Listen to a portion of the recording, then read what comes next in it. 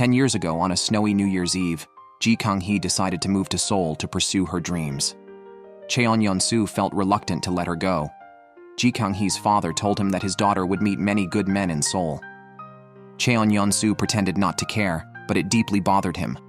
Before leaving, Kang-hee called Cheon-yeon-soo, saying she would take the last bus of the night and never return to her hometown.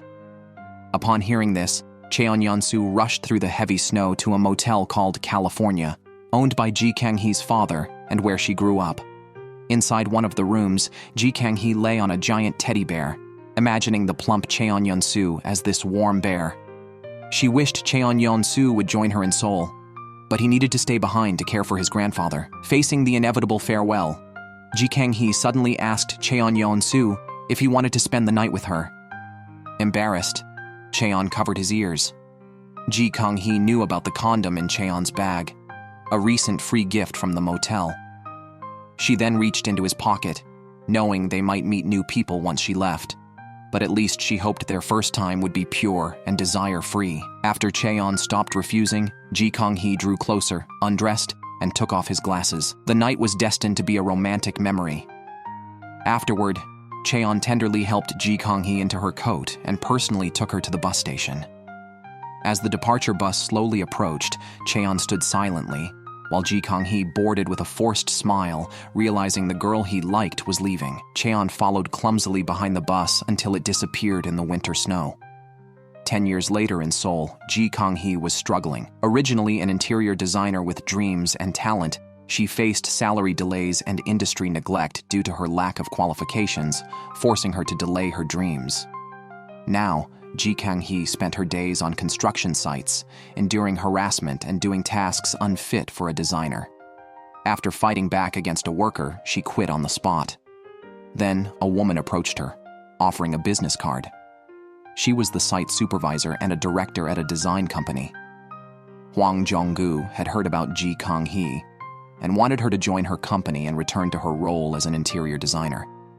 Kang-hee decided to try again and brought her portfolio to the company, where a designer mocked her lack of formal education and labeled her as just a rough construction worker, leaving Kang-hee feeling very frustrated. Kang-hee walked down the street and in a daze saw Cheon-yeon-soo approaching. Cheon still resembled the warm, chubby bear he had always been, his gaze towards Kang-hee gentle as ever.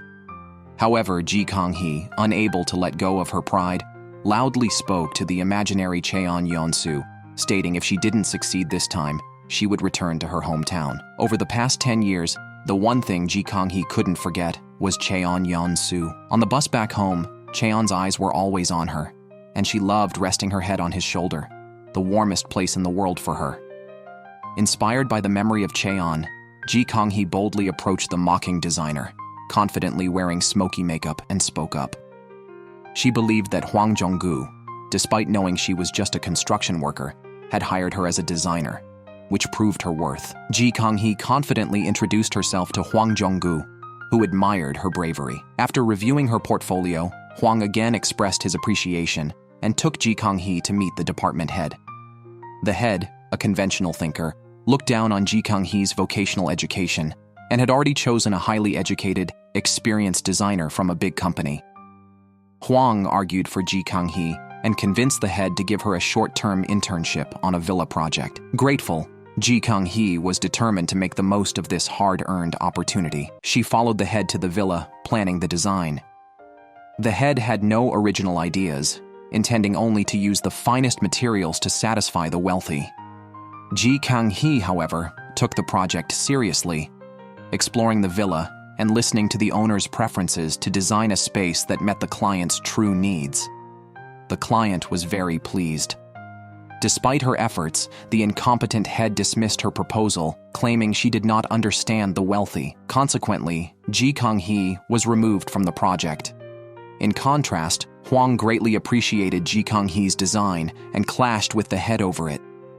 Hearing the head belittle Hwang, Kang-hee removed her work badge, mocked the head for merely copying others' work, accused him of stealing team members' designs, and being utterly unprincipled. After venting her anger, Kang-hee resigned.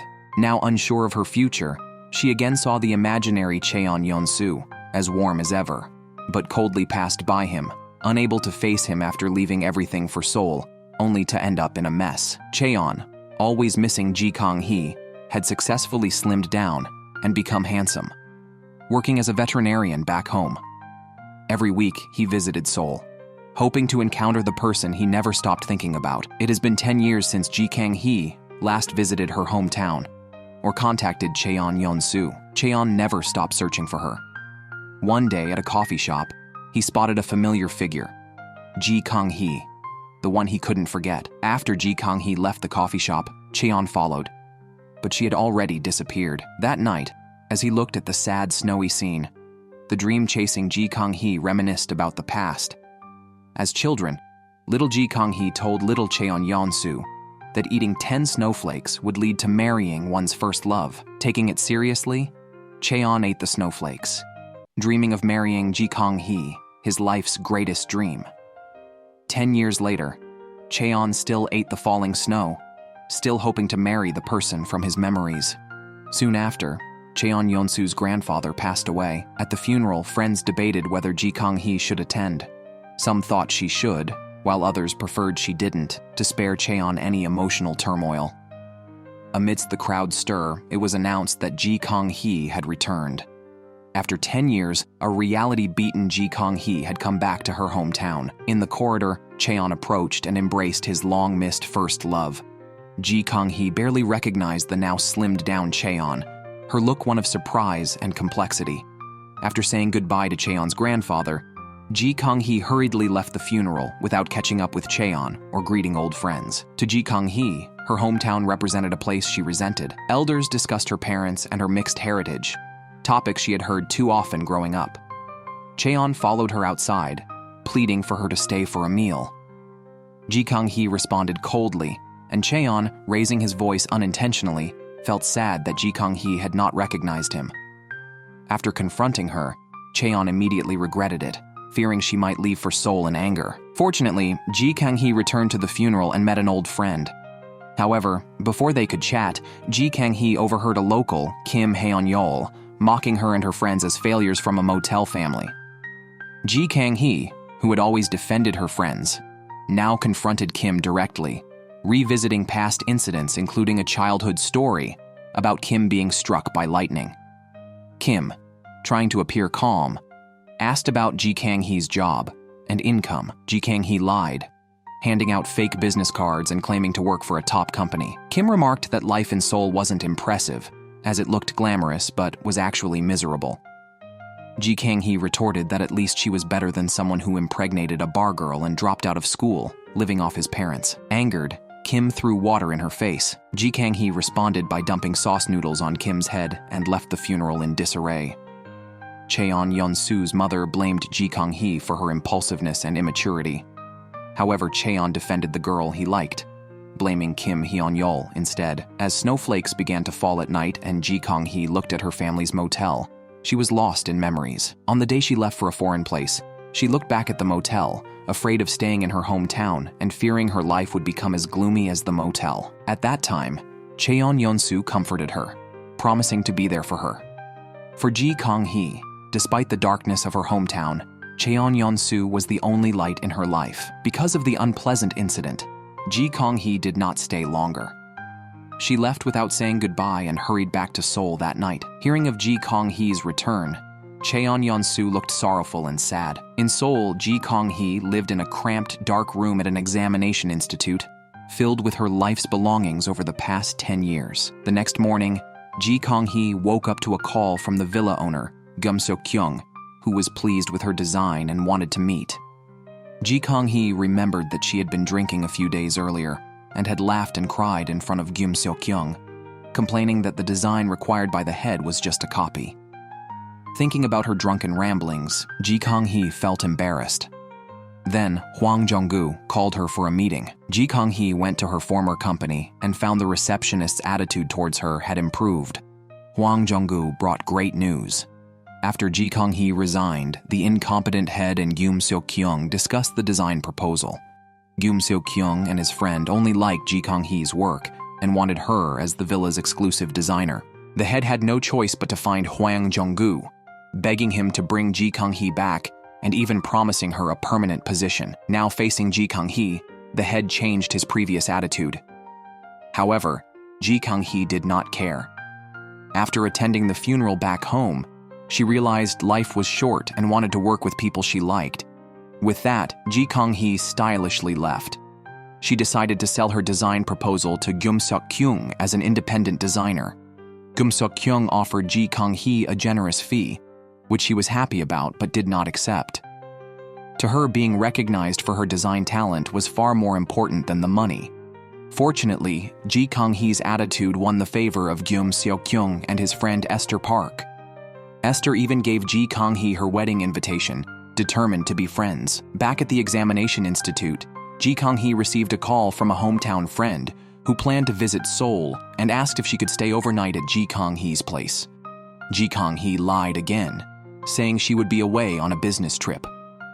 Her friend did not expose her on the spot, but already knew Ji Kang-hee was hiding something. It turned out her friend had called the company on Ji Kang-hee's business card, but they said no such person worked there. Cheon Yeon-soo believed that Ji Kang-hee must have her reasons.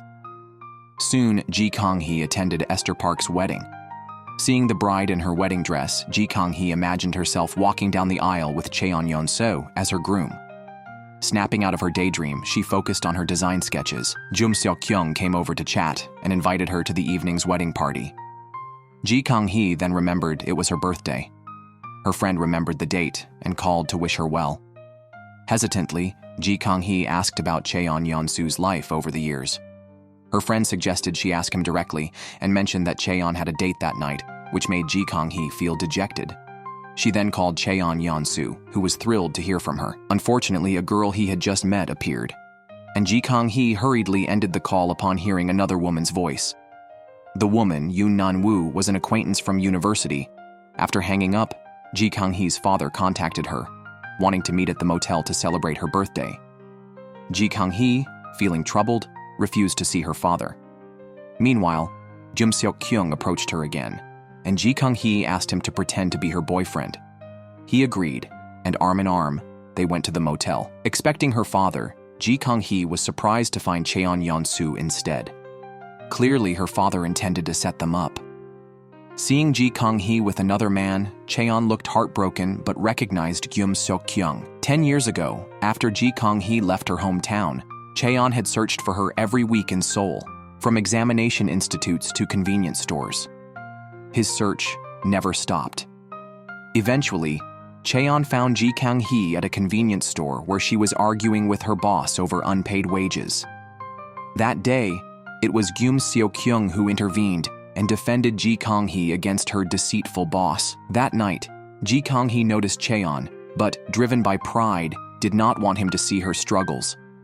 She harshly told him not to look for her again. Now, seeing Gyum Seok-kyung and remembering that day, Cheon's expression was forlorn.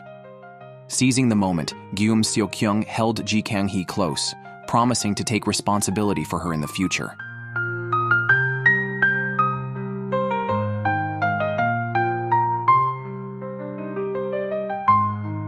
"10 years ago, when Cheon Yeon-soo went to Seoul to find Ji Kang-hee, he noticed that all the men in Seoul were both handsome and trendy. Worried that his chubby self would embarrass Ji Kang-hee, Cheon Yeon-soo resolved to lose weight. He planned to search for Ji Kang-hee once he became slim and attractive. Cheon Yeon-soo put away juices and snacks and stuck to daily high-intensity exercise. Motivated by his strong love, he successfully slimmed down. However, now Cheon Yeon-soo felt a deep sense of loss upon seeing Ji Kang-hee and Gyum Seok-kyung being affectionate. Noticing Cheon Yeon-soo's expression, Ji Kang-hee quickly left with Gyum Seok-kyung, who seemed genuinely interested in Ji Kang-hee, and handed over his business card. He was the heir to a restaurant and wanted Ji Kang-hee to do some design work for him. Ji Kang-hee did not agree, but instead visited the inn a second time in a snowstorm. Cheon Yeon-soo hadn't left yet. Ji Kang-hee, like in the past, unhesitatingly embraced Cheon Yeon-soo. Cheon Yeon-soo made Ji Kang-hee hot tea, ready to reunite with him. Ji Kang-hee, avoiding eye contact, noticed the juice Cheon Yeon-soo had placed on the table, a gift from Ji Kang-hee when leaving his hometown 10 years ago, preserved all these years. Ji Kang-hee did not dwell on the past and instead asked if Cheon-yeon-soo had a Christmas gift for him. Cheon-yeon-soo presented a necklace, speaking gently. Ji Kang-hee was touched again, blushing as he put on the necklace alone in front of a mirror. Cheon-yeon-soo approached, expressing his longing for Ji Kang-hee every day for 10 years and asking if Ji Kang-hee missed him too. Before Ji Kang-hee could respond, Cheon-yeon-soo took her hand, looking at her lovingly, about to kiss her when his phone rang.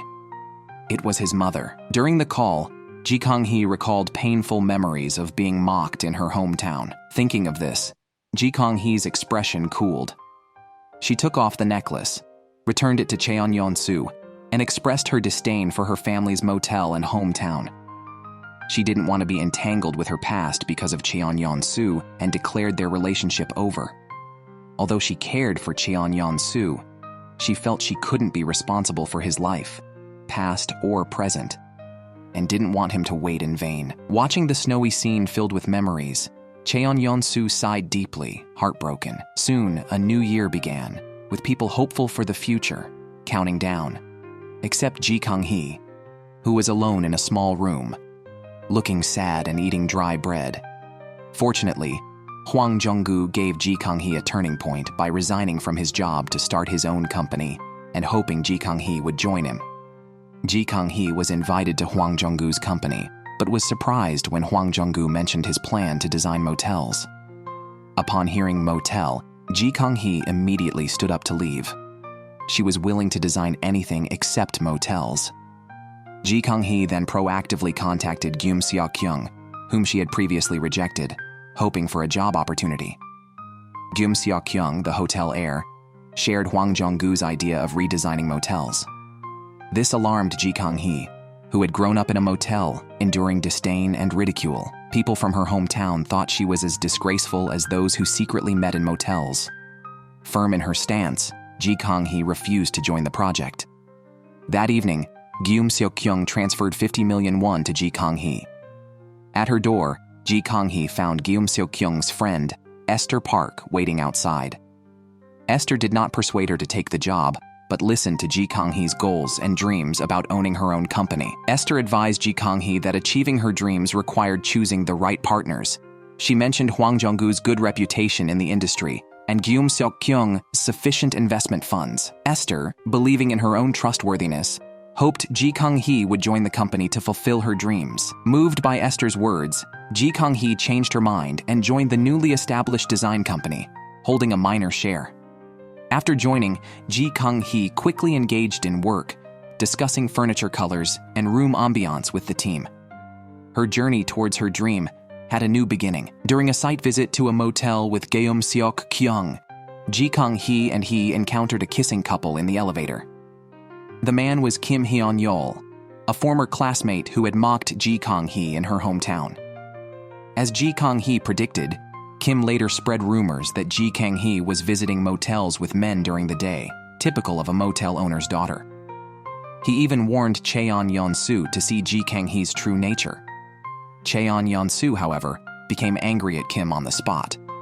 Though he felt deeply sad, worried about Ji Kang-hee's life, and fearing she might find solace in another man's arms. Hwang Jung-gu appointed Ji Kang-hee as the leader of a project which thrilled her. She vowed to give her all, but was shocked when the project location turned out to be her hometown. Over the next few days, Ji Kang-hee avoided Hwang Jung-gu, unwilling to return home. Today, Ji Kang-hee made an excuse about going on a date. Hearing this, Gyum Seok-kyung, seemingly concerned, hid nearby to watch. Unexpectedly, Ji Kang-hee's date was a childhood friend. Gyum Seok-kyung hurried to assist, offering to push her friend's luggage and buying gifts to show goodwill. Ji Kang-hee updated her friend about her improving life, but her friend was more interested in Ji Kang-hee's relationship with Gyum Seok-kyung, suspecting Gyum Seok-kyung's feelings for Ji Kang-hee. While talking, the conversation shifted to Cheon-yeon-soo. Ji Kang-hee's friend told her that Cheon-yeon-soo had met a nice girl, a junior from his school, and they were planning to get married. Hearing this, Ji Kang-hee tried hard to hide her sadness. Ever since Ji Kang-hee harshly ended things with Cheon-yeon-soo, she had been dreaming of him marrying someone else. She realized she might never get over him. That day, Hwang Jung-gu had a car accident and injured his leg, making him unable to travel. Reluctantly, Ji Kang-hee took over the design project, planning to return to her hometown with Gyum Seok-kyung. To avoid being recognized, she disguised herself completely, wearing a headscarf, and insisted Gyum Seok-kyung not use her name. To her shock, the project Ji Kang-hee was to lead was her family's California motel. Inside, she pretended not to recognize anyone. But her father immediately recognized her and kept her secret. Ji Kang-hee suggested adding a rooftop pool and transforming the jazz bar, designs she and her father had dreamed of when she was a child. Her father was moved and decided to entrust the project to her. Ji Kang-hee and Gyum Seok-kyung visited the construction site, and the workers suggested they stay at the California Motel, known locally for its excellent accommodations and food. Ji Kang-hee refused, planning to stay at a hotel instead. On the drive to the hotel, they nearly collided with an oncoming car. It was Cheon-yeon-soo. Ji Kang-hee saw Cheon-yeon-soo stepping out of the car with his junior, but acted stubbornly and turned away. Cheon-yeon-soo quickly left his junior and followed Ji Kang-hee. Under Cheon-yeon-soo's questioning, Ji Kang-hee explained her presence and said she would stay until the next Christmas, asking him not to tell anyone she was back. Gyum Seok-kyung realized Cheon-yeon-soo was Ji Kang-hee's first love, and much more.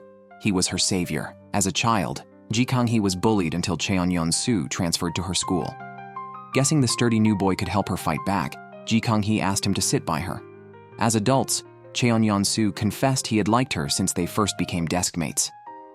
Ji Kang-hee playfully pinched his face and called him Little Bear, her warm and dependable support. Ji Kang-hee confided in Gyum Seok-kyung that without Cheon-yeon-soo, she couldn't imagine having survived her youth and all its challenges. Over the next few days, Ji Kang-hee and Gyum Seok-kyung tried various hotels, but all had terrible experiences. Finally, Gyum Seok-kyung suggested they stay at the California Motel. Ji Kang-hee remained stubborn, claiming she'd rather drink rusty water than stay there. During her break, Ji Kang-hee secretly visited Cheon-yeon-soo's veterinary clinic to see the junior who worked with Cheon-yeon-soo. She learned from the junior that Cheon-yeon-soo didn't like chamomile tea but kept buying it for the clinic because a friend liked it. Ji Kang-hee knew this friend was herself. The junior praised Cheon-yeon-soo as a trustworthy and dependable man. Ji Kang-hee saw a photo of Cheon-yeon-soo and the junior at the clinic entrance and felt disheartened. Cheon-yeon-soo heard workers at the California Motel talking about the new strict site manager, which he knew was Ji Kang-hee, and about a generous man, which he knew was Gyum Seok-kyung. Rumors said Gyum Seok-kyung was addicted to gambling. Concerned, Cheon-yeon-soo decided to see what kind of person Gyum Seok-kyung really was. Following Gyum Seok-kyung, Cheon-yeon-soo saw him stop to help a trapped puppy. Cheon-yeon-soo offered to treat the dog. Cheon-yeon-soo asked Gyum Seok-kyung if Ji Kang-hee wore sunglasses because of an injury. Gyum Seok-kyung just laughed, indicating Ji Kang-hee was no pushover. Cheon-yeon-soo realized Gyum Seok-kyung wasn't the person rumors made him out to be. In the clinic, an unsuspecting junior showed Cheon-yeon-soo a video of Ji Kang-hee calming a kitten, filmed during her visit. Realizing Ji Kang-hee had been to the clinic, Cheon-yeon-soo rushed to the construction site to find her. Ji Kang-hee wasn't there, and her friend protecting her refused to disclose her whereabouts. At that moment, Ji Kang-hee was hiding in a soup restaurant, drinking heavily while thinking about the junior, who was attractive and likable in every way. This made Ji Kang-hee drink even more. Meanwhile, as Cheon-yeon-soo watched the video of Ji Kang-hee with the kitten, a friend called to tell him Ji Kang-hee was at the soup restaurant. He rushed there and found Ji Kang-hee, very drunk, passing out onto his lap, snuggling as if on a plush bear. Ji Kang-hee rubbed her face against Cheon-yeon-soo's leg, and he endured the discomfort. That night, Cheon-yeon-soo carried Ji Kang-hee back to the California Motel, covered her with a blanket, and stayed when she clutched his shirt, asking him not to leave. Cheon-yeon-soo stayed by her side all night, reminiscing about their past together at the inn. When Ji Kang-hee, still drunk, opened her eyes, she pinched Cheon-yeon-soo's face and asked why he broke their promise, why he lost weight, and why he sought another woman. Cheon-yeon-soo, equally saddened, wondered why Ji Kang-hee had sought another man. Gyum Seok-kyung couldn't find Ji Kang-hee at the construction site and, in a panic, went to the police station to report her missing. The police posted a message in a group chat and learned that Kang-hee had been carried to a motel by a man. Worried she might have encountered a dangerous man, Seok-kyung rushed to the motel, demanding they hand over Kang-hee. Inside the motel, Seok-kyung shouted for Kang-hee, but Cheon-yeon-soo explained the situation. The motel was Kang-hee's home, and the man present was her father. The next morning, Kang-hee woke up to find Seok-kyung sitting by the door, having stayed there all night. They went downstairs together for breakfast. After everyone left, Kang-hee sat with two childhood friends and learned about the many changes at the motel over the years. Seok-kyung realized why Kang-hee had changed her mind about coming here, thinking she wanted to see Cheon-yeon-soo's girlfriend. However, Seok-kyung cautioned Kang-hee not to overstep boundaries. After finishing their work, they visited the hospital to see the puppy that was injured the previous day. But Kang-hee's mind was filled with images of Cheon-yeon-soo being affectionate with the junior. On the way back, Seok-kyung mentioned that Cheon-yeon-soo and the junior seemed well matched, which upset Kang-hee. She went to a shop alone to eat ice cream, but saw Cheon-yeon-soo and the junior playfully buying ice cream there. Without thinking, Kang-hee hid, reminiscing about her playful times with Cheon-yeon-soo in the past. Feeling the stark contrast between then and now, Kang-hee quietly left the ice cream shop, sat alone, crying, and angrily scolded Cheon-yeon-soo. At that moment, Cheon-yeon-soo approached. Kang-hee, tears in her eyes, looked up at him.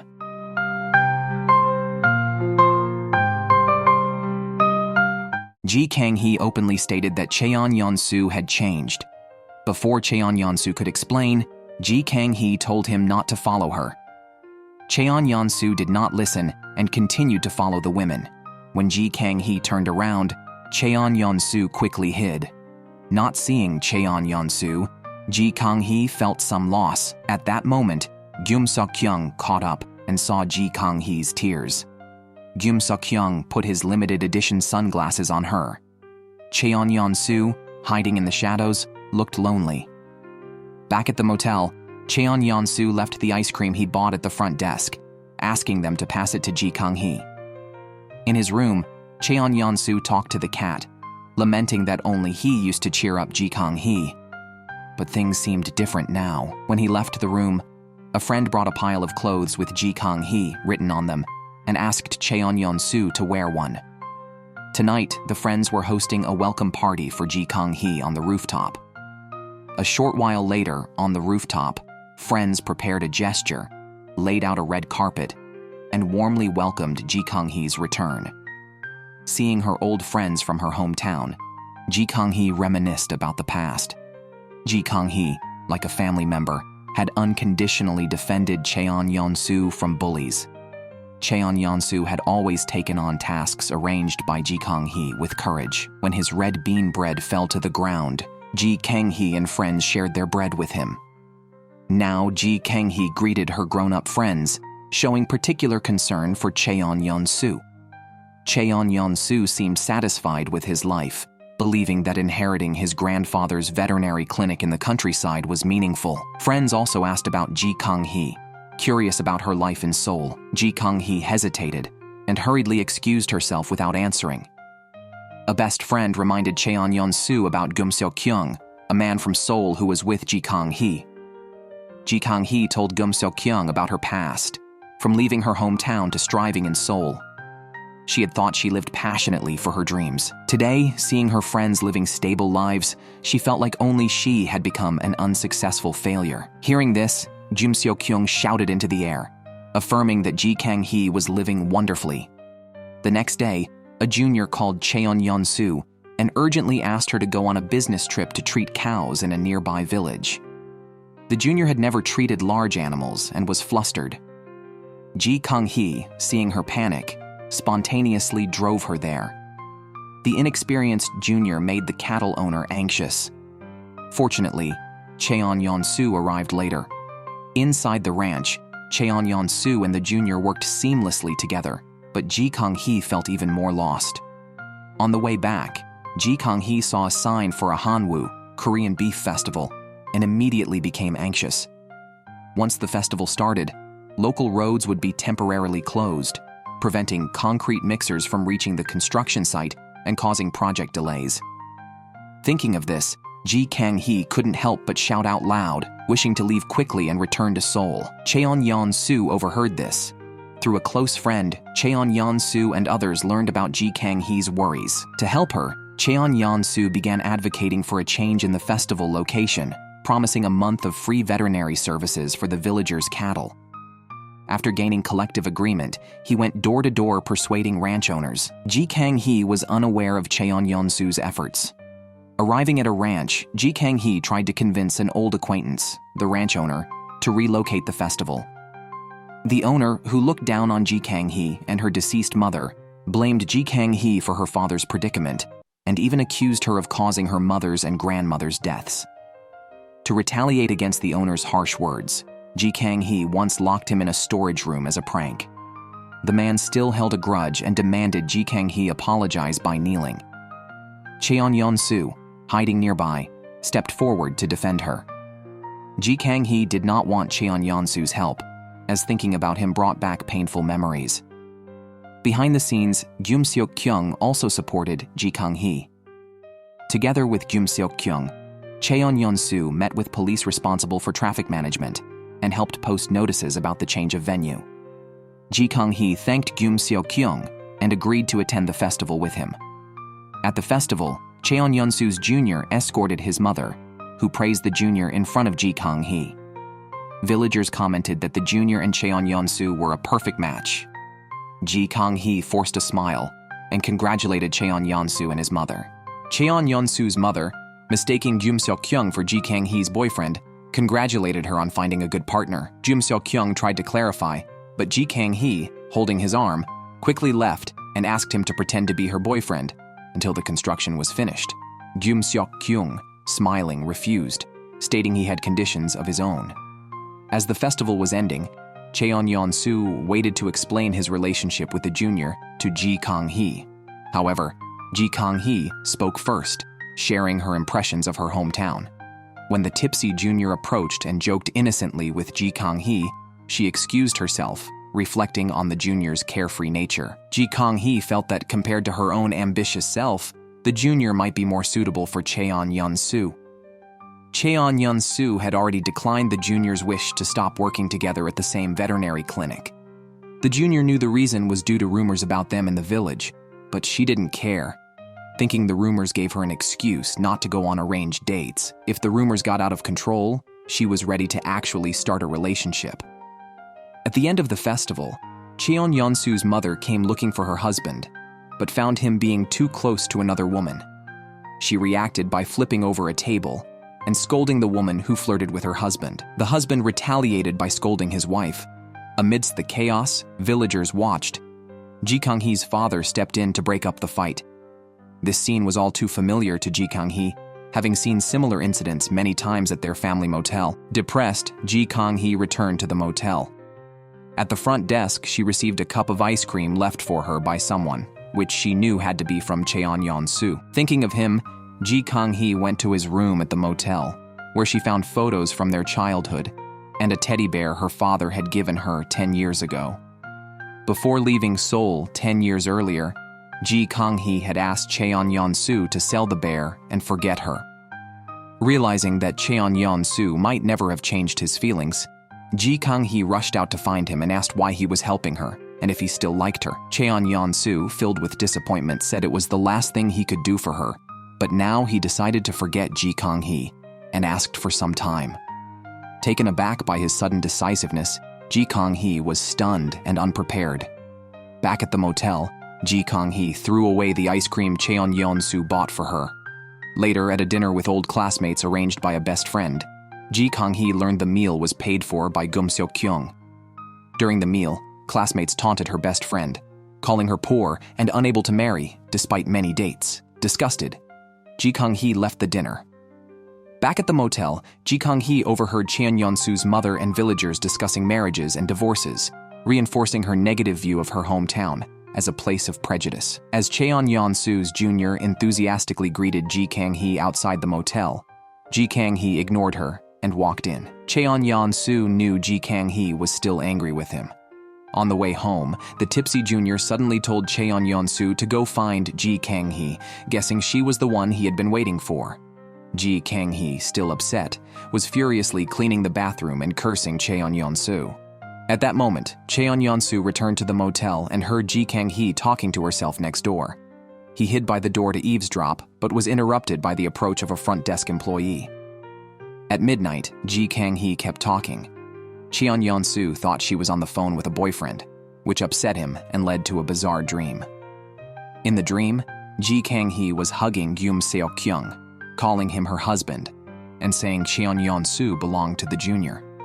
Gyum Seok-kyung even fought with Cheon-yeon-soo over Ji Kang-hee. Although the dream was absurd, it proved Cheon-yeon-soo couldn't forget Ji Kang-hee. In the morning, Ji Kang-hee returned Gyum Seok-kyung's credit card, used to pay for their meal, and asked him not to spend money on her anymore. Gyum Seok-kyung was reluctant because he had previously asked to be her real boyfriend until the construction was completed as a condition for pretending to be her boyfriend. Now, he wanted to date Ji Kang-hee as her boyfriend, but she left without responding. In her motel room, Ji Kang-hee found a note from Cheon-yeon-soo's grandfather, which was dear to her as he was also family. The note was filled with his affection and blessings for her, which she locked away after reading. Later, she visited the veterinary clinic to see Cheon-yeon-soo and the junior, curious about the junior's parents and whether she grew up in a loving environment. Cheon-yeon-soo confirmed this, understanding Ji Kang-hee's implications and agreeing to free up his evening to visit his grandfather's grave with her. At sunset by the grave, Cheon-yeon-soo expressed his feelings, saying he could endure any pain except his emotions for Ji Kang-hee. After paying respects, Ji Kang-hee handed Cheon-yeon-soo a box of matching rings that belonged to her grandfather, who had entrusted them to her to pass on to Cheon-yeon-soo's future girlfriend, hoping she would be kind-hearted and raised in a loving family. Ji Kang-hee confessed that the construction project was just an excuse. Her real purpose was to meet Cheon-yeon-soo's girlfriend to see if she met the grandfather's criteria. After meeting the junior, Ji Kang-hee believed the gentle and lovely junior might be more suitable for Cheon-yeon-soo than herself, a constant fighter. With sadness, Ji Kang-hee turned to leave, thinking their fate might end there. Cheon-yeon-soo, heartbroken by her words and recalling all her emotions, quickly followed and embraced her from behind, apologizing. He now understood her inner pain and struggle. This embrace brought them to sit side by the river. Ji Kang-hee shared that her grandfather's words were part of why she had pushed Cheon-yeon-soo away.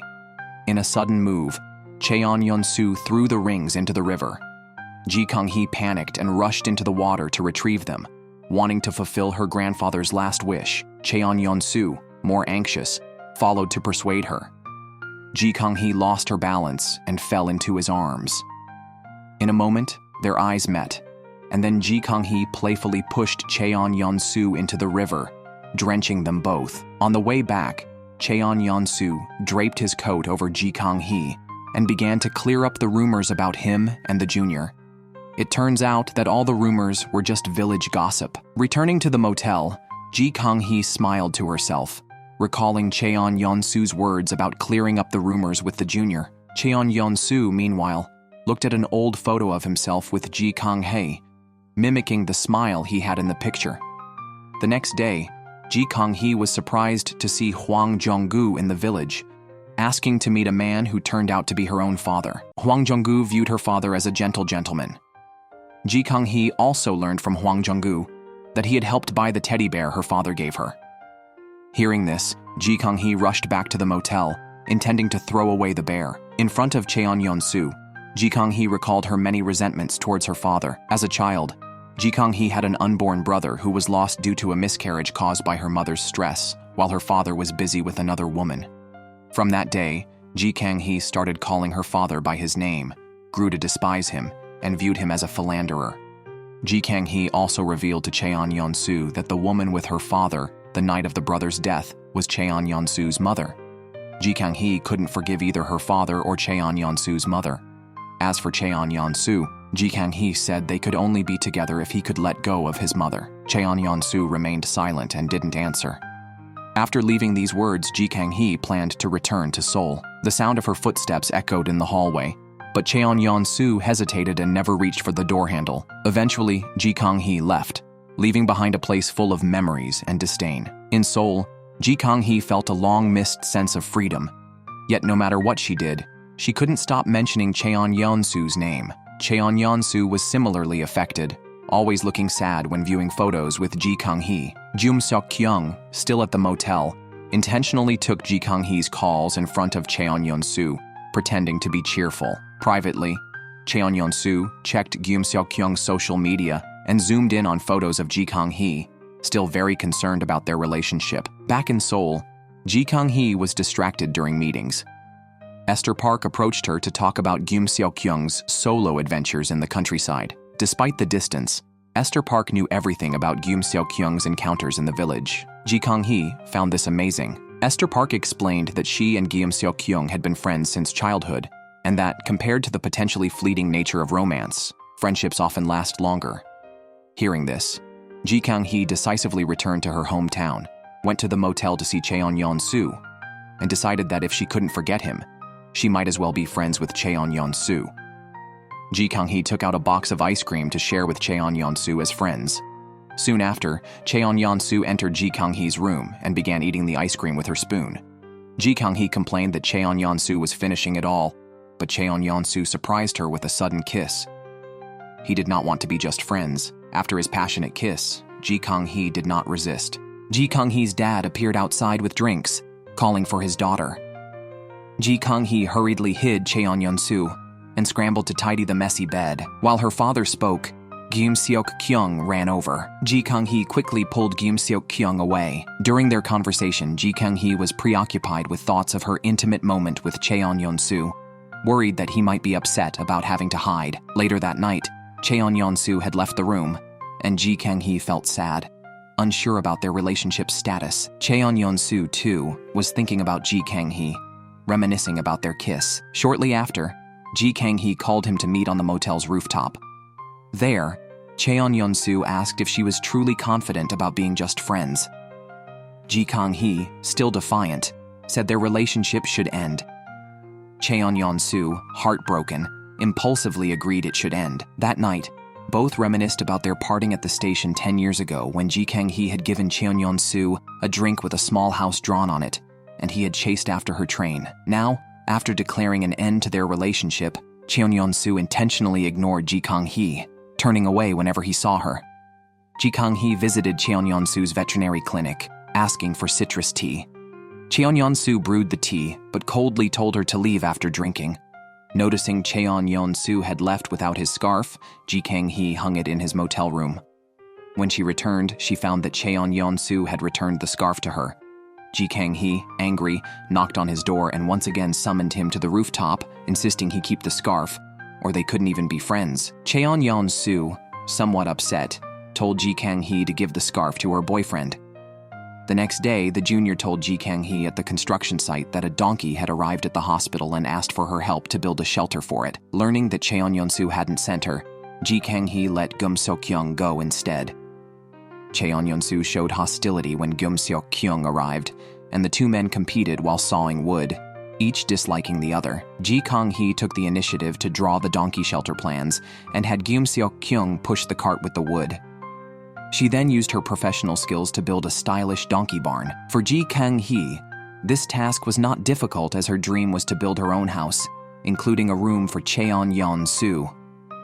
Ji Kang-hee deliberately linked arms with Jum Seok-kyung in front of Cheon-yeon-soo, falsely claiming she had plans with Jum Seok-kyung that evening. Jum Seok-kyung felt jealous and puzzled why Ji Kang-hee would allocate a room in her house to Cheon-yeon-soo.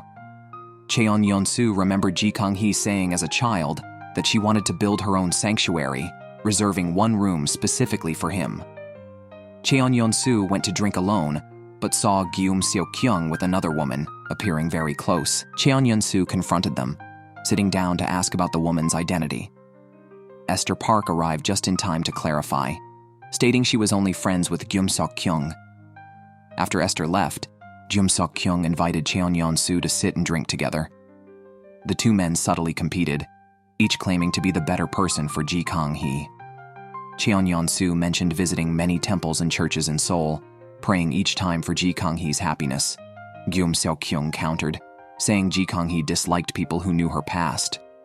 Waking up from a drunken stupor, Gyum Seok-kyung was shocked to find Cheon Yeon-soo asleep in his bed.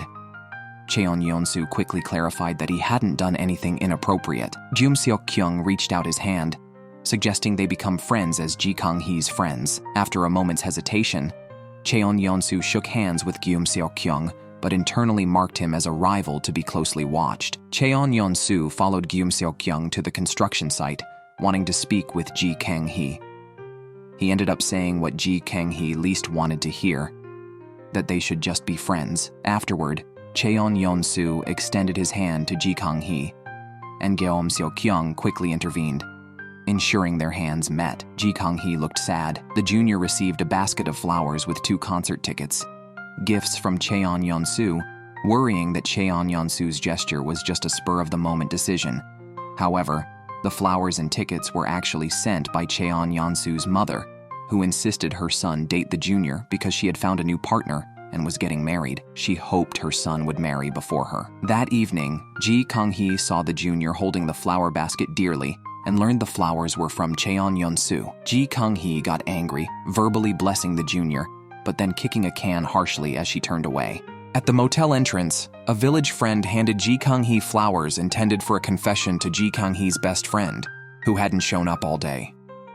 The friend, heartbroken, told Ji Kang-hee to do as she pleased with the flowers. Just then, Cheon Yeon-soo saw Ji Kang-hee holding the flowers, his expression turning sad. Ji Kang-hee accused Cheon Yeon-soo of never buying her flowers, then quickly told him not to send her flowers to avoid upsetting the junior. The next day, as the project paused, Ji Kang-hee decided to return to Seoul. Upon boarding the bus, she was surprised to find Cheon Yeon-soo also on the bus to Seoul, coincidentally in the seat next to hers. Cheon Yeon-soo explained he just had some business to handle in Seoul and asked Ji Kang-hee about her life there. Ji Kang-hee reminisced about her days living in the examination institute, describing Seoul as tasteless as stale bread. On the bus, Ji Kang-hee was sleepy, so Cheon Yeon-soo pulled her by the sleeve to let her rest on his shoulder. After getting off the bus, Ji Kang-hee took Cheon Yeon-soo on the Seoul subway, only to find that Cheon Yeon-soo was more familiar with the subway transfers than she was. After riding the subway, the two ate together as friends. Still as friends, Cheon Yeon-soo helped Ji Kang-hee pick out perilla leaves and debone her fish.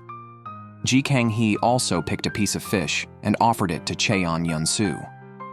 After eating, Ji Kang-hee suggested showing Cheon Yeon-soo her house in Seoul, mentioning how hard she had worked to live there. Cheon Yeon-soo gently touched her head and embraced her softly, acknowledging her efforts. In that moment, Ji Kang-hee couldn't hide her feelings and moved to kiss Cheon Yeon-soo, who, despite his desire, restrained himself and pushed her away in the name of friendship. Later, Ji Kang-hee suggested they have a drink as friends. At the convenience store, Ji Kang-hee noticed condoms on the shelf, which made her flustered. Cheon Yeon-soo called to ask if she had bought the necessary item for the evening. Ji Kang-hee picked up a box of condoms, only to learn upon returning that Cheon Yeon-soo was actually referring to a light bulb that needed replacing. Seeing Ji Kang-hee hadn't brought one back, Cheon Yeon-soo went to the store and also glanced at the condoms. Back home, Cheon Yeon-soo replaced the light bulb while Ji Kang-hee watched, fixated on his attractive neck. Cheon Yeon-soo went into the bathroom and reminded himself in the mirror that they were just friends. However, when they drank together later, Cheon Yeon-soo kept moving closer to Ji Kang-hee, who tactfully avoided him and excused herself to the restroom. After applying perfume, she returned only to find Cheon Yeon-soo asleep from too much drink. The next morning, Ji Kang-hee woke Cheon Yeon-soo, who complained about falling asleep so easily the night before. After leaving the house, they encountered Gyum Seok-kyung, who was jealous and puzzled why Cheon Yeon-soo was staying at Ji Kang-hee's house, even suspecting they had slept together. Cheon Yeon-soo teased him, but Ji Kang-hee quickly stepped in to explain. Gyum Seok-kyung was still bothered. After breakfast, Ji Kang-hee boarded a bus alone, but Cheon Yeon-soo quickly tapped on the bus window, pulled her off, and suggested they spend another day together in Seoul. Back in their hometown, Cheon Yeon-soo's mother panicked upon hearing her son wouldn't be attending a performance and rushed to the construction site, only to be told that Ji Kang-hee was also in Seoul. This was exactly what she feared most. In Seoul, Kang-hee showed Cheon-yeon-soo the examination institute where she first lived. They lay down on a small bed there, and Kang-hee almost fell off, but Cheon-yeon-soo caught her just in time. Cramped on the narrow bed, they held each other like a couple until the landlord knocked on the door, forcing them to quickly suppress their emerging desires. At the mall, Kang-hee and Cheon-yeon-soo played games and took fun photo booth pictures. Cheon-yeon-soo also gave Kang-hee a cute teddy bear. During this time, Kang-hee received a call from her best friend, only to hear Cheon-yeon-soo's mother on the line instead. Cheon-yeon-soo's mother scolded Kang-hee, forbidding her from being with her son. Kang-hee was taken aback, but Cheon-yeon-soo disregarded it and hung up on his mother. Cheon-yeon-soo's mother then approached Kang-hee's father, revealing that years ago, Cheon-yeon-soo's father had an affair with Kang-hee's mother, and they had eloped overnight. In Cheon-yeon-soo's mother's view, Kang-hee had brought back a boyfriend from Seoul who was an heir to a restaurant. Yet she was still trying to seduce Cheon-yeon-soo, just like her mother, who was accused of being a flirt. To defend his daughter, Kang-hee's father, unusually upset, argued that the past had nothing to do with Kang-hee, and that as parents, their job was to protect their children from rumors. Cheon-yeon-soo and Kang-hee's day trip in Seoul ended, and they were on their way back to their hometown. Kang-hee worried about further accusations from Cheon-yeon-soo's mother, but Cheon-yeon-soo seriously promised to clarify things with his mother.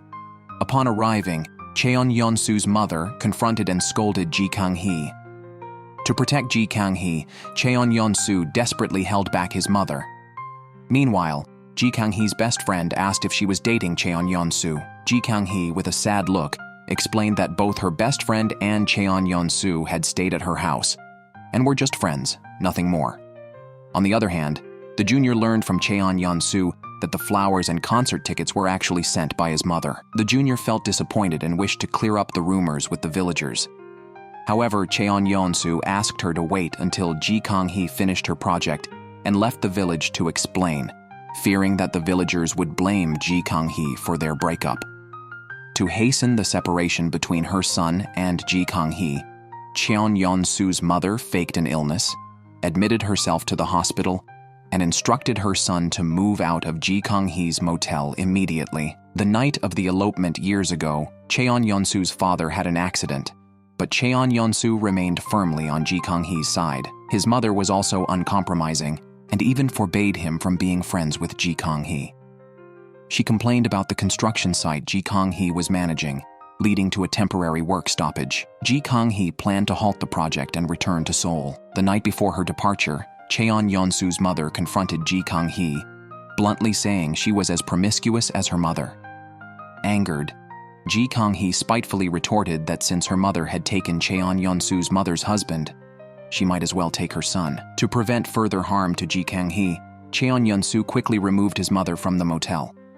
That night, Kang-hee sat on an outdoor bench when Seok-kyung approached, giving her a necklace he had carefully chosen, hoping that his nominal role as her boyfriend could help her avoid the villagers' scrutiny. Cheon-yeon-soo was also troubled, recalling the accident in which his father was injured. At that time, Cheon-yeon-soo was more worried about Kang-hee, who had fainted at the scene of the accident. The next day, Cheon-yeon-soo invited his mother to lunch. His mother was happy, thinking her son had finally chosen her over Kang-hee. However, Cheon-yeon-soo slowly shared his true feelings. He had always known about his father's affair with Kang-hee's mother, but it didn't upset him because his father seemed happiest with her. Over time, feeling guilty towards his mother, Cheon-yeon-soo chose to stay in his hometown, missing his chance with Kang-hee.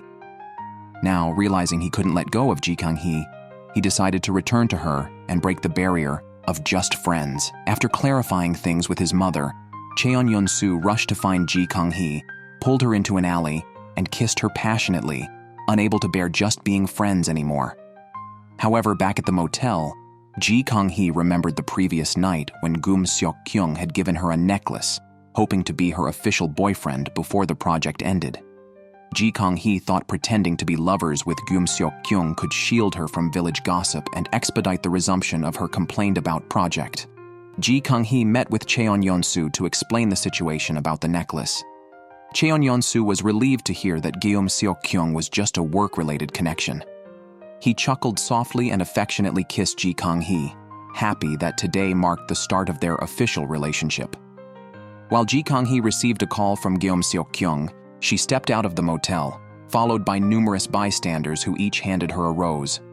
Led by the crowd, Ji Kang-hee arrived at a lively venue laid with a red carpet, where Guillaume Seok-kyung was singing a love song and preparing to propose. In disbelief, Ji Kang-hee watched as Guillaume Seok-kyung knelt and presented a ring. Cheon-yeon-soo, witnessing the scene and the passing pink proposal cars, was at a loss for words. To provide for Ji Kang-hee, Cheon-yeon-soo had been working overtime daily. That evening, Cheon-yeon-soo met with Guillaume Seok-kyung, openly expressing his feelings for Ji Kang-hee.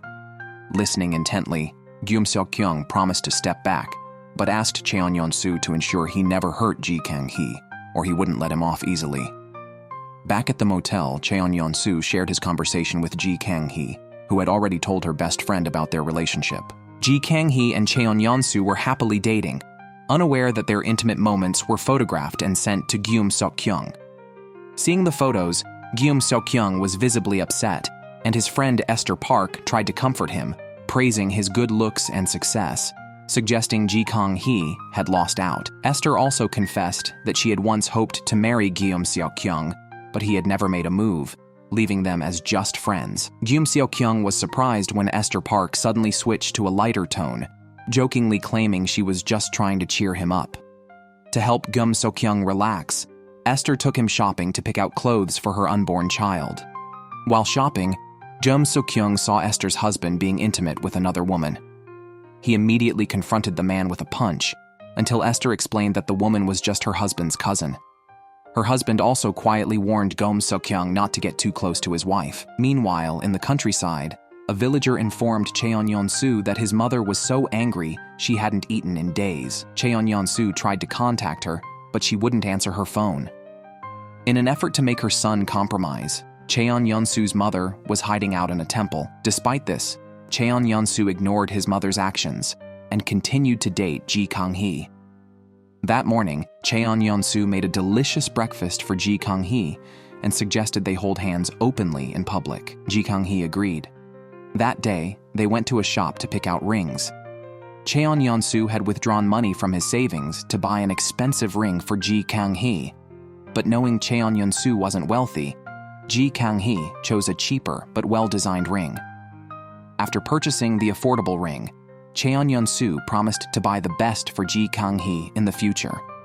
Ji Kang-hee told him she didn't care about such things. His intentions were all that mattered to her. At night, after their date, they retired to Ji Kang-hee's room in the motel. Ji Kang-hee turned off the lights, wanting to be intimate with Cheon-yeon-soo, who was shy and worried about being seen by others. At that moment, Ji Kang-hee's best friend knocked on the door. Her friend's mother was at the motel because she had been mistreated by her husband. After settling her mother, the friends sat down and shared the hardest moments of their lives. Cheon-yeon-soo took the chance to express his troubles, revealing that his mother had cut off contact to spite him. Ji Kang-hee's story was even more tragic. Her mother had abandoned her to elope with someone but died in a car accident on the way. That night, the comfort and company of friends somewhat eased their emotional burdens. Later, Ji Kang-hee called her father, but Hwang Jung-gu answered the phone. Ji Kang-hee thought her father and Hwang Jung-gu had gotten together, but the truth was that her father was ill and hospitalized, and Hwang Jung-gu was just visiting him. Watching a neighboring patient video chatting with his daughter, Ji Kang-hee's father forced a smile, not yet ready to tell his daughter about his illness. Cheon-yeon-soo's mother also brought home a man who appeared gentle and refined. When Cheon-yeon-soo asked about him, his mother, still angry, pretended not to recognize her son. Due to work, Ji Kang-hee needed to temporarily return to Seoul. Cheon-yeon-soo hugged her, not wanting to be apart from his girlfriend for even a moment. After advising her boyfriend to stay calm, Ji Kang-hee met with Guillaume Seok-kyung in Seoul and formally returned the necklace to him. Guillaume Seok-kyung appeared heartbroken and was cold towards Ji Kang-hee. Esther Park thought his behavior must be because he truly liked Ji Kang-hee. Because Guillaume Seok-kyung seemed depressed all day, Ji Kang-hee drove Esther Park home. At the parking lot, Esther saw her husband kissing his so-called cousin, which shocked her. Already pregnant, Esther felt unwell due to the stress, prompting Kang-hee to rush her to the hospital. In the countryside, to protect Cheon-Yeon-soo's mother, villagers suggested Kang-hee's father educate his daughter.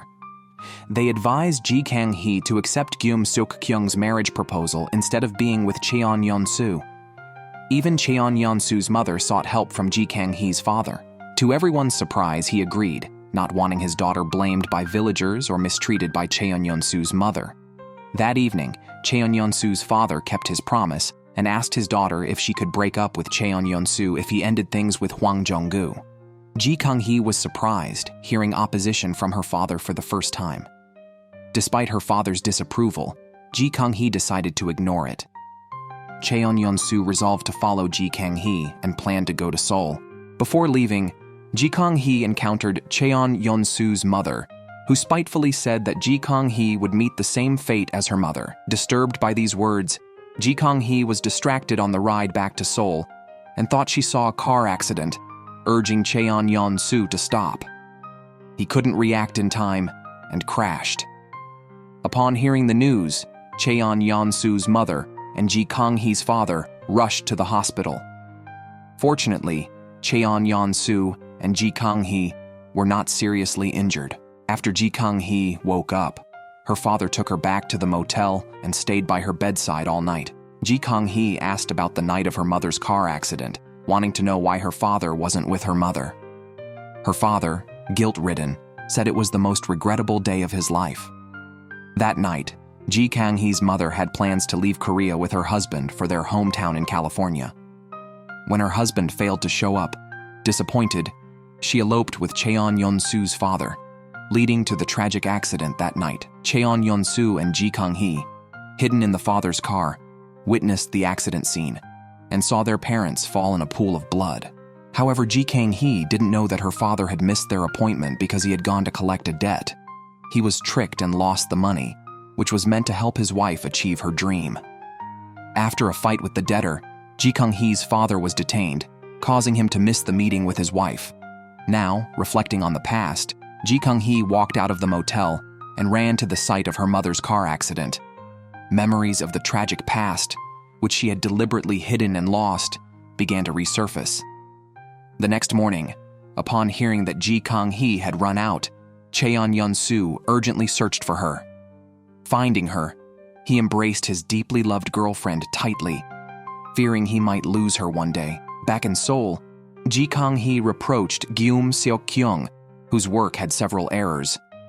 Kang-hee realized Seok-kyung's mistakes were not because of the failed proposal, but due to Esther Park. Seok-kyung had investigated Esther's husband and discovered the so-called cousin was actually his live-in girlfriend. Seok-kyung was worried that Esther couldn't handle knowing about her fiancé's infidelity. Learning from Kang-hee that Esther already knew the truth, Seok-kyung was even more concerned. Back at her place, Kang-hee started cleaning her room and found a teddy bear under the sofa. As she reached to pick it up, the scene triggered her last sealed memory. In a haze, Kang-hee seemed to see her younger self. In that moment, she remembered all the painful past events. Years ago, on the night they were supposed to go to California, because her husband didn't show up, her mother took Kang-hee back to the motel to sleep. Worried her mother might leave alone, Kang-hee tied one end of a yarn ball to her mother's foot and the other to her own ankle. Waking up in the morning, the yarn was loose. After witnessing her mother and Cheon-Yeon-soo's father having an affair and fearing abandonment, Kang-hee stuffed the toy in Cheon-Yeon-soo's father's car's exhaust pipe, causing the accident. Unable to cope with everything, Kang-hee ran out that night and was later found by Cheon-Yeon-soo. Overwhelmed by the shock, Kang-hee lost consciousness and forgot her actions. Back at the hometown motel, Kang-hee saw her father playing the guitar, the melody sounding melancholic. Noticing his daughter's distress, her father approached with a sincere tone, expressing his regret. Kang-hee felt even more troubled, unsure whether to forgive her father or herself for her mother's car accident. Before returning to Seoul, Kang-hee met with Cheon-Yeon-soo's mother. Due to the car accident involving Kang-hee, Cheon-Yeon-soo's mother felt guilty, believing her curses had caused the accident. When they met, Cheon-Yeon-soo's mother intended to apologize, but Ji Kang-hee bowed first, apologizing for the worry she had caused during this time. Ji Kang-hee was sincere, showing none of her previous stubbornness. Before leaving her hometown, the last person Ji Kang-hee saw was Cheon-Yeon-soo. He spoke first, expressing his love for her. Ji Kang-hee, unable to stop her tears, confessed to Cheon-Yeon-soo that she had unintentionally caused the deaths of both her mother and his father by stuffing the toy into the car's exhaust pipe. Carrying this immense guilt, Ji Kang-hee felt she could no longer face her lover. Back in Seoul, Seok-kyung noticed Ji Kang-hee acting strangely. He followed her to a church where Ji Kang-hee confessed to killing her mother and Cheon-Yeon-soo's father. Overwhelmed with guilt, Ji Kang-hee decided to turn herself in. Seok-kyung strongly advised against it, noting that Ji Kang-hee was under 10 years old at the time of the car accident. He suggested that Ji Kang-hee should talk things over with Cheon-Yeon-soo, whether it leads to punishment or forgiveness, and not avoid him. Unbeknownst to her, Ji Kang-hee's father was diagnosed with cancer. Cheon-Yeon-soo was taking him back and forth to the hospital. The doctors said chemotherapy was the only viable treatment. Cheon-Yeon-soo arranged his hospital admission and met Ji Kang-hee's business partner, Hwang Jong-gu, there. Hwang was among the first to know of her father's condition, as he was also a cancer patient. 3 years earlier in the hospital, Cheon-Yeon-soo's father met Hwang Jong-gu, who had been undergoing chemotherapy while hiding his condition from everyone. As film club enthusiasts, they agreed to support each other as fellow patients. Recently, Ji Kang-hee's father revealed he no longer wished to undergo chemotherapy. He wanted to travel and enjoy his remaining days, with his main concern being Ji Kang-hee. He tearfully entrusted Cheon-Yeon-soo to keep his illness a secret, feeling he had never been a good father and not wanting Ji Kang-hee to worry. Ji Kang-hee was looking for Cheon-Yeon-soo and visited his animal hospital, but his junior knew nothing of his whereabouts. Rumor had it that Cheon-Yeon-soo was preparing for an interview, possibly to become a veterinary researcher in Seoul. Ji Kang-hee messaged him, hoping to talk. However, Cheon-Yeon-soo did not reply. Due to his absence, Ji Kang-hee was listless and demotivated at the construction site. News came that Cheon-Yeon-soo had returned. Ji Kang-hee rushed to his house to speak with him. Fearing he might reveal her father's condition, Cheon-Yeon-soo did not respond and deliberately avoided her. Hurt, Ji Kang-hee thought Cheon-Yeon-soo was still upset about their harsh breakup. To help, Seok-kyung secretly met with Cheon-Yeon-soo and falsely claimed that Ji Kang-hee was planning to study in the USA. Cheon-Yeon-soo stood up immediately. He wanted to prevent Ji Kang-hee from running away and letting guilt consume her. As Ji Kang-hee was leaving, Cheon-Yeon-soo walked in. He then took her to the police station to request access to the traffic accident records involving their parents. Cheon-Yeon-soo did this to help Ji Kang-hee face the truth bravely. He believed that if her father's accident was indeed caused by Ji Kang-hee, she should care for and accompany herself instead of running away. Cheon-Yeon-soo held Ji Kang-hee's hand tightly. Ji Kang-hee cried and then smiled, finding comfort in his words. In the chilly night air, Cheon-Yeon-soo draped his coat over Ji Kang-hee. She found a hospital registration slip in the coat pocket and asked him about it. Cheon-Yeon-soo lied, claiming it belonged to a friend who was injured. Ji Kang-hee was reassured and warned Cheon-Yeon-soo against keeping secrets from her in the future, emphasizing that they should not push each other away regardless of any difficulties. In the countryside, a police officer handed Ji Kang-hee the accident report from that year.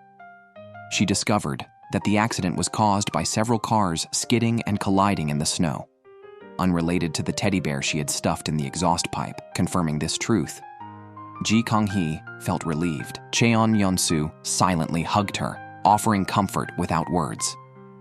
After the hug, Cheon-Yeon-soo took Ji Kang-hee to meet his mother, intending to officially introduce her as his girlfriend.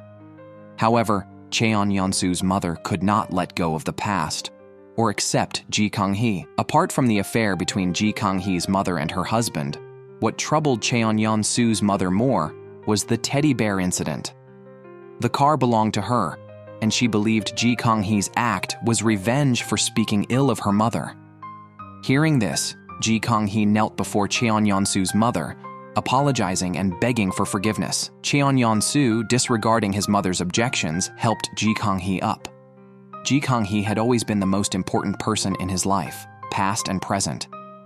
With Cheon-yeon-soo's unconditional support, Ji Kang-hee's spirits improved.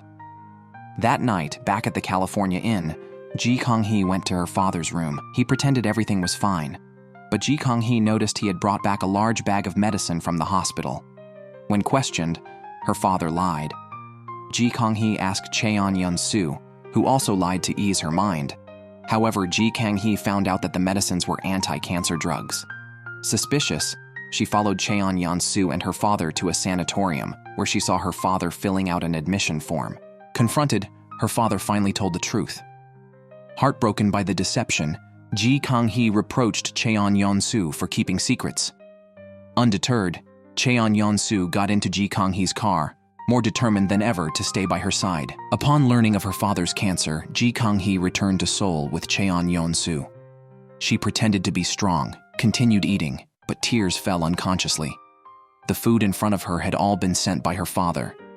Cheon-yeon-soo let Ji Kang-hee cry until she was tired, then sat beside her. Ji Kang-hee had always seen her father as someone who liked to show off, almost foolishly. Now that he was seriously ill, she realized how precious her seemingly foolish relative was. Cheon-yeon-soo comforted Ji Kang-hee, but he couldn't help shedding tears himself, promising to always be by her side. Cheon-yeon-soo watched over Ji Kang-hee as she fell asleep. Waking up midway, Ji Kang-hee embraced Cheon-yeon-soo from behind and began talking about her father in a calmer tone.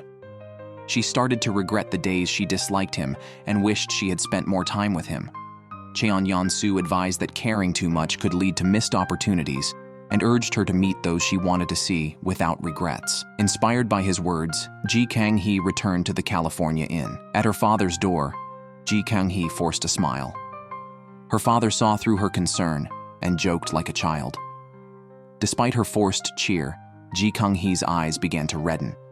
She acknowledged her father and Hwang Jong-goo's relationship, valuing her father's wishes above all. Hwang Jong-goo met with Ji Kang-hee, encouraging her to stay strong and believe that her father could overcome his illness. Ji Kang-hee dried Cheon-yeon-soo's hair and he looked at her tenderly. Speaking of her father, she expressed her reluctance to send him to a sanatorium, especially as the California Inn would be too quiet without him. They planned to persuade her father to stay, but that evening they heard news that her father planned to sell the inn. An agent came to inspect the property, claiming a complete renovation was needed. Ji Kang-hee, upset, drove the agent away. After the agent left, Ji Kang-hee visited her father in the hospital. Seeing his frail condition, she couldn't bear the sight of her father truly ill for the first time. With Cheon-yeon-soo's support, Ji Kang-hee managed to compose herself and re-enter the hospital room smiling. When asked why he wanted to sell the inn, her father explained that he feared it would become a burden of bad memories for her after he was gone. To allow her to move forward, he felt he must let go of the inn. However, Ji Kang-hee suggested a different idea. She wanted to take over the inn and transform it into the sanatorium her father needed. Moved by his daughter's proposal, her father agreed. Ji Kang-hee busied herself designing the sanatorium, and Cheon-yeon-soo quietly kept her company during her late nights. During this time, Ji Kang-hee was also about to complete a rural hotel project and end her fake relationship with Gyum Seok-kyung, realizing that Gyum Seok-kyung had always loved Esther Park. A few days ago in Seoul, Gyum Seok-kyung kept setting up blind dates for Esther Park, hoping to find a man willing to help raise her unborn child. However, after several attempts, none met the requirements. Gyum Seok-kyung planned to continue searching, but Esther Park decided to stop the blind dates. Inspired by Gyum Seok-kyung's encouragement, she now felt confident to raise her child alone. Gyum Seok-kyung sincerely promised to support her. Even if they couldn't be lovers, they could still be friends. He also promised Ji Kang-hee that he would help organize a grand opening for the hotel. When the hotel was completed, Ji Kang-hee brought Cheon-yeon-soo to the site. She wanted him to be the first to see the carefully designed building. Cheon-yeon-soo praised Ji Kang-hee's talent extensively. The next day, Gyum Seok-kyung fulfilled his promise and personally hosted the hotel's ribbon-cutting ceremony. The local community began to see Ji Kang-hee in a new light, and even her old classmates who used to dislike her came to apologize. Ji Kang-hee was touched. with the renovation of the hotel, she also began a new chapter in her life. Kang-hee and her friends celebrated her father's birthday. At the lively birthday party, Kang-hee hugged her father, hoping he could be as happy as he was that night in the future. It started to snow outside, and Kang-hee, mimicking what Cheon-Yeon-soo used to do, ate snowflakes. It is said that eating 10 snowflakes will lead to marriage with one's first love. The couple, deeply in love, confessed their feelings in the snow, drawing a house around them and promising to always stay by each other's side.